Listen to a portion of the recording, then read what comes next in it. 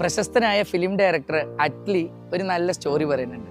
ധനികനായ ഒരാൾ ഇങ്ങനെ വീട്ടിലേക്ക് ഗേറ്റ് തുറന്ന് കാറുമായിട്ട് കയറുമ്പോൾ ഗേറ്റിൻ്റെ പുറത്ത് ഒരു വൃദ്ധൻ, വളരെ നല്ലോണം മഴ പെയ്യുന്ന സമയത്ത് ഭയങ്കര തണുത്ത് വിറച്ചിരിക്കുന്ന ഒരു വൃദ്ധൻ ആളെ കണ്ടിട്ട് എന്തിനാ ഇങ്ങനെ മഴ കൊള്ളുന്നു ചോദിച്ചപ്പോൾ എനിക്ക് വേറെ വഴിയില്ല എന്ന് പറയുന്നുണ്ട്. അപ്പോൾ ഈ കാർ ഓടിക്കുന്ന ധനികനായ വ്യക്തി പറയുന്നുണ്ട്, ഞാനിപ്പോൾ ബ്ലാങ്കറ്റോ കവറോ കൊണ്ടുവരാം, ഒന്ന് വെയിറ്റ് ചെയ്യുമെന്ന് പറഞ്ഞിട്ട് അങ്ങനെ അകത്ത് കയറി വരികയാണ്.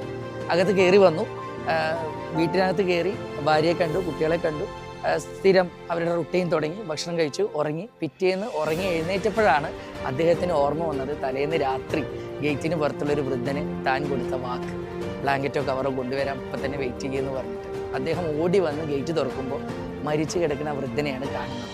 ആ വൃദ്ധൻ എങ്ങനെയാണ് മരിച്ചതെന്നറിയും? ഈ ബ്ലാങ്കറ്റോ കവറോ കിട്ടാതെയല്ല, ആരോ എന്നെ രക്ഷിക്കാൻ വരുന്നു, അല്ലെങ്കിൽ ആരോ എനിക്ക് ബ്ലാങ്കറ്റോ കവറോ തരും എന്നുള്ള പ്രത്യാശയാണ് ആ വൃദ്ധനെ മരണത്തിലേക്ക് തള്ളിവിട്ടത്. അതുപോലെയാണ് നമ്മളും. നമുക്ക് പ്രശ്നം വരുമ്പോൾ ആരെങ്കിലും വന്ന് നമ്മളെ സഹായഹസ്തങ്ങളിൽ നിന്ന് രക്ഷപ്പെടുത്തുമെന്ന് നമ്മൾ വിചാരിക്കാതെ നമ്മൾ തന്നെ ഇത് പിടിച്ചു നിന്ന് കരകയറുമെന്ന് നമുക്കൊരു സെൽഫ് കോൺഫിഡൻസ് ഉണ്ടെങ്കിൽ നമ്മളൊരിക്കലും മരിക്കില്ല, നമ്മളൊരിക്കലും വീണ് പോയില്ല, നമുക്ക് മുന്നോട്ട് പോകാൻ പറ്റും. ആരെങ്കിലും വന്ന് എന്നെ സഹായിക്കുന്നുള്ള പ്രത്യാശയാണ് നമ്മളെ താഴോട്ട് കൊണ്ടുപോകുന്നത്.